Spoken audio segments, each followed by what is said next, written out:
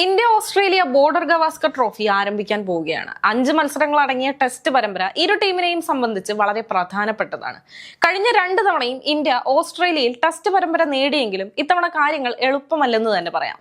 ഇന്ത്യയുടെ മിക്ക താരങ്ങളും മോശം ഫോമിലാണുള്ളത്. കൂടാതെ പരിക്കും ഇന്ത്യയെ വേട്ടയാടുകയാണ്. നായകൻ രോഹിത് ശർമ്മ ആദ്യ മത്സരം കളിക്കുന്നില്ല. ഇന്ത്യ ന്യൂസിലൻഡിനോട് ടെസ്റ്റ് പരമ്പരയും തോറ്റ ക്ഷീണത്തിലാണ് ഇത്തവണ ഓസീസിലേക്ക് എത്തുന്നത്. ഇന്ത്യയെ ഏത് വഴി ഉപയോഗിച്ചും തോൽപ്പിക്കുവാനുള്ള തയ്യാറെടുപ്പിലാണ് ഓസ്ട്രേലിയ. ഇതിന്റെ ഭാഗമായി പല സൂപ്പർ താരങ്ങൾക്കും നേരത്തെ തന്നെ ഓസീസ് വിശ്രമം അനുവദിക്കുകയും ചെയ്തിട്ടുണ്ട്. ഇന്ത്യക്ക് ഓസീസിൽ കസറാൻ വിരാട് കോഹ്ലിയുടെ പ്രകടനം വളരെ നിർണായകമാണ്. എന്നാൽ കോഹ്ലി മോശം ഫോമിലാണുള്ളത്. സമീപകാലത്ത് കോഹ്ലി കളിച്ച മത്സരങ്ങളിലെല്ലാം നിരാശപ്പെടുത്തുന്ന പ്രകടനമാണ് നടത്തിയത്. സ്പിന്നിനെതിരെയും കോഹ്ലി പ്രയാസപ്പെട്ടു. ഈ സാഹചര്യത്തിൽ ഓസ്ട്രേലിയയിലും കോഹ്ലിക്ക് തിളങ്ങാൻ സാധിക്കുമോ എന്നതാണ് കണ്ടറിയേണ്ടത്.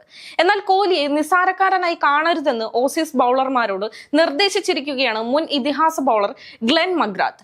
വിരാട് കോഹ്ലി വൈകാരികമായി പ്രതികരിക്കുന്ന താരമാണ്. കോഹ്ലി മോശം ഫോമിലായതിനാൽ ഓസീസ് താരങ്ങൾ അനാവശ്യമായി സ്ലെഡ്ജ് ചെയ്യാനോ പ്രകോപിപ്പിക്കുവാനോ പോകരുതെന്നാണ് മഗ്രാത്ത് പറയുന്നത്.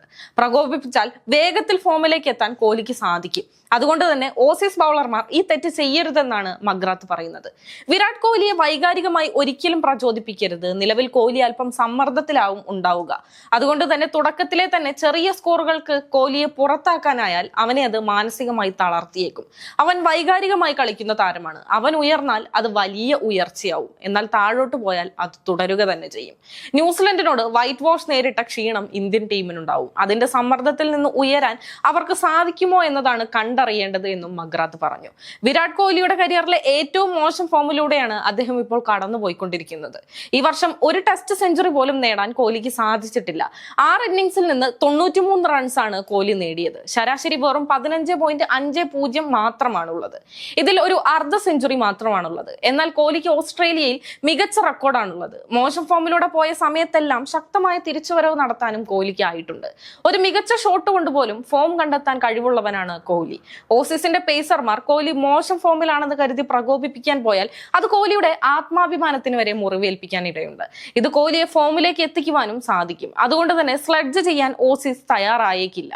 കോഹ്ലി ആക്രമണോത്സുകതയോടെ കളിക്കുന്ന താരമാണ്. അതുകൊണ്ട് തന്നെ കോഹ്ലിയെ ഓസീസ് ഭയക്കുക തന്നെ ചെയ്യണം.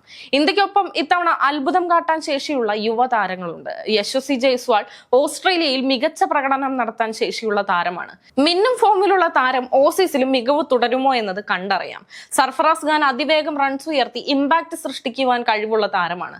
ഋഷഭ് പന്ത് കഴിഞ്ഞ 2 തവണത്തെ അതേ മികവ് ഇത്തവണയും ആവർത്തിക്കുമോ എന്നതാണ് കണ്ടറിയേണ്ടത്. ആകാശ് ദീപിന്റെ പേസ് ബൗളിംഗും ഇന്ത്യയെ സംബന്ധിച്ച് വളരെ പ്രധാനപ്പെട്ടതാണ്.